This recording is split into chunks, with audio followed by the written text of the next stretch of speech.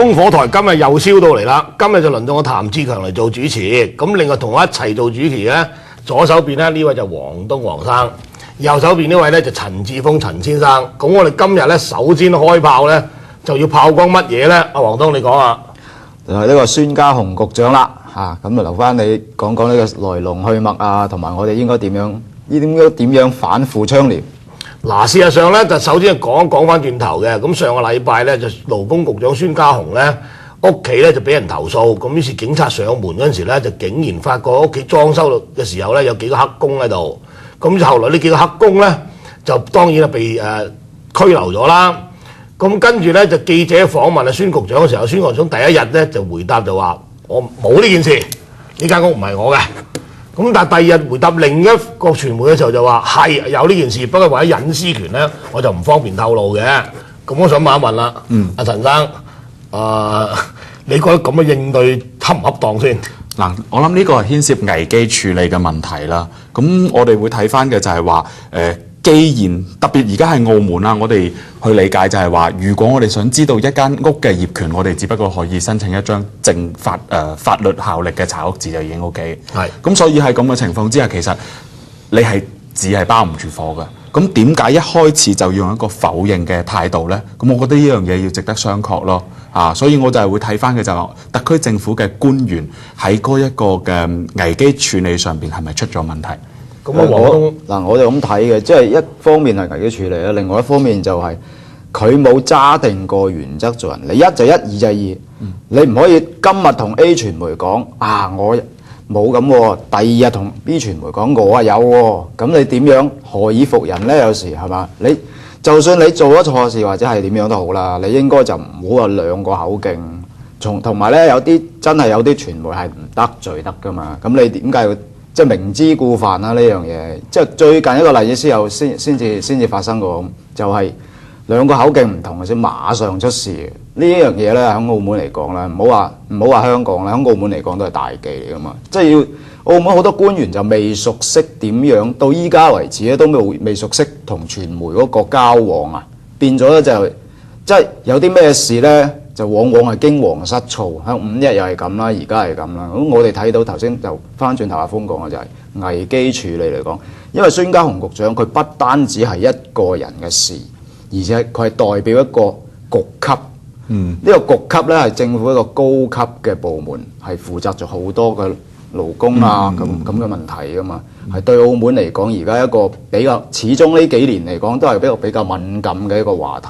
咁佢應該係自己嚟講咧以身作則做好啲，即係佢做得好唔好咧？呢個係另外一回事。但係我以事論事嚟講係講呢個問題嚟講。不過我要幫下佢喎。因為我自己屋企咧，咪同你講過做裝修嘅。你嗰個唔係孫家雄嚟噶嘛？我覺得應該咁嘅，就係要幫一幫佢講嘅就係，你有時我揾你翻嚟裝修，咁你又公頭，咁你請咩人翻嚟，我真係唔知嘅喎。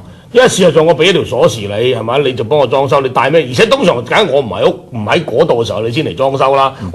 我返咗工你先嚟裝修，咁你問你我通常我俾個直接嘅回答就我唔清楚，我查一查先嘅，就唔會一開口就話唔係嘅。因為點解唔係？有兩個嚴重問題，第一個咧就係你會造成虛假報導啊，發布不實消息。咁喺現行我哋澳門又好，香港或者其他地方嚟講咧。你發布不實消息、虛假報導，事實上有問題㗎。咁第二件事係咩？你得罪咗傳媒咯。咁傳媒第二日去咬你嘅時候，你一定會咬得特別重咯。你害我發得假新聞啊嘛。係啊，而且嗰個大傳媒嚟啊嘛。係啊，咁而家仲有個問題係咩咧？其實我覺得而家呢幾日民間咧，啲傳說都幾犀利嘅。點解？一傳說咩咧？就牽涉到就係支出與收入不相。呢度我想講下啦，係啊，嗱，即係咧啱啱。阿譚就為咗阿孫局長都講啲説話啦，咁我就想都探討一下究竟佢嗰個傳媒報導嗰個所謂嘅新購豪宅嘅問題。係嗱，咁我哋會睇翻咧，就係話好多嘅傳媒咧就話呢一個豪宅咧可能價值高達2000萬，咁甚至係新購嘅咁樣。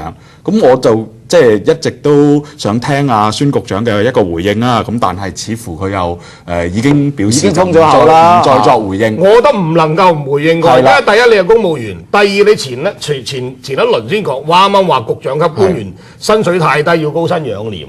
咁如果你有5萬幾蚊個月嘅，你供一個而家據聞啊1000幾2000萬嘅豪宅，咁你要出嚟澄清先，因為好明顯啦，你點有咁多錢去供？嗱，所以我就想探討下究竟嗰個豪宅，即係其實我都喺嚟之前其實冇咁豪嘅，我係知嘅。係啦，搜集過一啲資料，佢嗰個嘅住宅咧，其實就分2個部分嘅，係其中一個部分咧就係單個好似別墅式嘅一啲 house， 而另外一個咧就係 apartment 係12層高公寓我哋叫做嘅，冇錯啦，喺咁嘅情況，咁咧就我哋知道資料就好似係5樓嘅呢一個嘅單位，咁估計就照計就唔係前邊嗰一啲嘅別墅式嘅豪宅，而係後邊嗰一啲嘅公寓式單位。公寓式單位據我所知，因為我自己都成日喺度翻學，一個禮拜起碼去1次到2次嘅。貴就冇去到咁貴嘅公寓式，公寓區係如果2002、03即係賭權開放前，或者金三年開放前咧，嗰度200萬到嘅啫。而家即使升咗咧，應該去最多去到500-600萬嘅啫。即係呢一個，我覺得如果係咁嘅價錢，係咪其實都可以係一個合理接受嘅範圍咯？咁但係問題就係話，你唔孫局長要回應啊嘛，係嘛？孫局長如果而家仲有啲有關單位，廉政公署又好似冇去查咁，即係我覺得你其實呢單嘢，我覺得會影響到整個特區政府形象嘅咯。你自己覺得自己有道理嘅，有數據支持你嘅，你就應該快公佈，因為大家要知道點解市民會懷疑你，或者點解市民覺得唔公平咧？就主要係得唔到真實消息啫嘛。呢樣我就覺得咧，孫局長就馬上係一個條件反射式嘅回應，係嘛？即係人之常情嚟嘅就你第一問佢嘅話，佢即係冇經過嚴格嘅思考咧，就馬上話冇咁嘅事，係嘛？呢個第一個啦。第二個就係嗰個記者再訪問佢個豪宅問題嗰陣時咧，佢就亦都係一個條件反射，就係呢件事我唔再回應啦咁樣。呢個就真係非常之非常之大，冇辦法，因為佢已經衝口而出，係啊。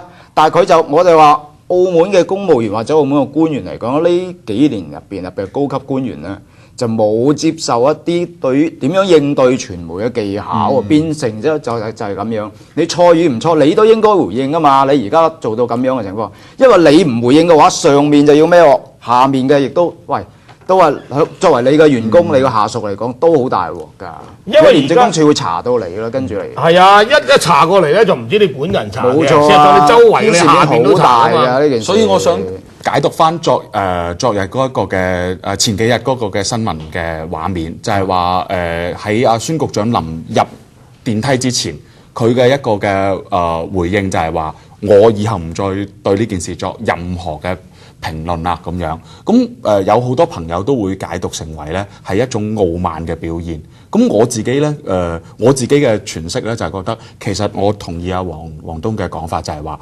其實佢當時就係衝口而出，亦都冇準備，冇辦法面對呢個危機，就遇到咗呢一個嘅瓶頸就出問題啦。因為而家民間嘅傳都好犀利㗎，就係因為佢點解傳咧傳得咁犀利咯？你冇真實消息啊嘛。係啊，其實如果澳門就興咁傳嘅。你傳到咁犀利，就唔單止影響特區政府形象。如果你慢慢啲嘢一路傳到去中央，嘅重大件事我同你講。因為而家據我所知，有成批香港記者已經準備過嚟查呢單嘢㗎啦。嗱，所以我想釐清一下嗰個黑工嘅責任，我哋回歸事實嘅本身啦。我哋釐清一下呢一個單位嘅黑工嘅責任。咁我覺得可以從3個唔同嘅責任嚟到睇嘅。第一，最基本嘅法律責任。我相信如果從法律責任嚟到睇咧，點樣都牽涉唔到孫局長嘅。係咯。嚇，咁呢個 OK，我哋過咗去。第二個問題就係話政治責任，因為咁啱線嘅就係孫局長嘅勞工局就係主要嚟到去打擊黑工嘅一個嘅部門，咁會唔會對呢個局嘅公權力有所影響？肯定有影響啊！而家肯定負面影響啦。咁會唔會對特區政府嘅管治威信有影響？咁呢個亦都係政治責任上邊嘅問題。咁最後一個就係道德責任上問題，就係我哋頭先所探討嘅，就係話其實誠信係一個好大嘅問題咯。咁面對一件一定會水落石出嘅事情，點解唔予以承認，而一開始就否認咧咁樣？因為而家傳得最勁係咩咧？有好多澳門嘅中小企業咧，喺向勞工局申請咗外勞嚟嘅，但係一直都冇批。咁但係有啲大公司或者有啲